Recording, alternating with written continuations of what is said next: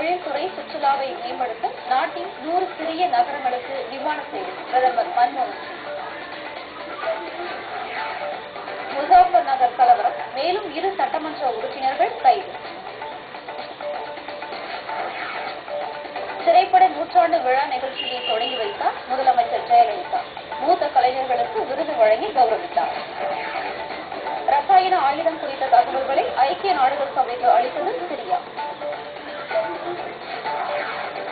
அமைதியான முறையில் நடைபெற்றது இலங்கை வடக்கு மாகாண தேர்தல்.